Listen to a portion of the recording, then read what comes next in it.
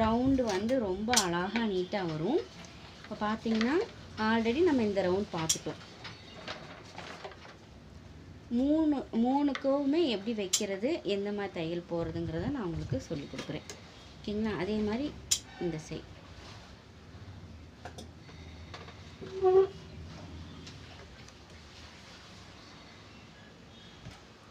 அதே மாதிரி இந்த பக்கம் திருப்பிக்கோங்க.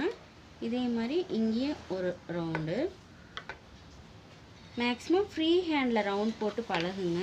நம்ம டூல்ஸ் யூஸ் பண்ணலாம் தான், ஈஸியாக தான் இருக்கும். இருந்தாலும் நம்ம வந்து ஃப்ரீ ஹேண்டில் பழகிறப்ப நமக்கு இன்னும் வந்து ஈஸியாக இருக்கும். அதனால்